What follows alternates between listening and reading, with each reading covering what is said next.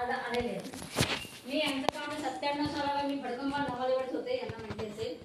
त्या सालात त्यांनी मुलांना जी वस्तू मिळत नाही, कॅमेलची ही होती, कंपास होती, ती सुरुवातीला वाटला होता.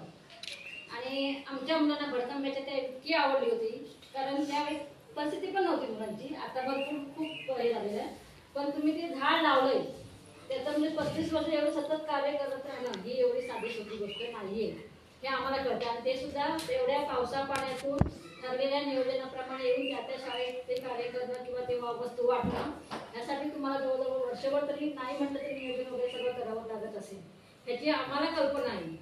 आता ही गोष्ट, जी वस्तू आपल्याला मिळते ती वस्तू तुम्ही सुद्धा मुलांनी, अतिशय महत्वाचं आहे की ती त्या वस्तूची कदर करणं, ही गोष्ट तुमच्या दृष्टीने अतिशय महत्वाची आहे. कारण हळूहळू आपण आता जर बघितलं तर एखाद्या गोष्टीची जाणीव असणं ही हळूहळू कमी होत चालली, पण आपल्याला तसं करायचं नाही.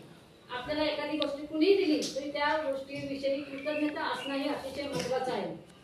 मी आपल्याला एवढं सांगेन की आमची मुलं त्याविषयी नक्कीच थोडंफार कृतज्ञ राहतील आणि तुम्ही आलात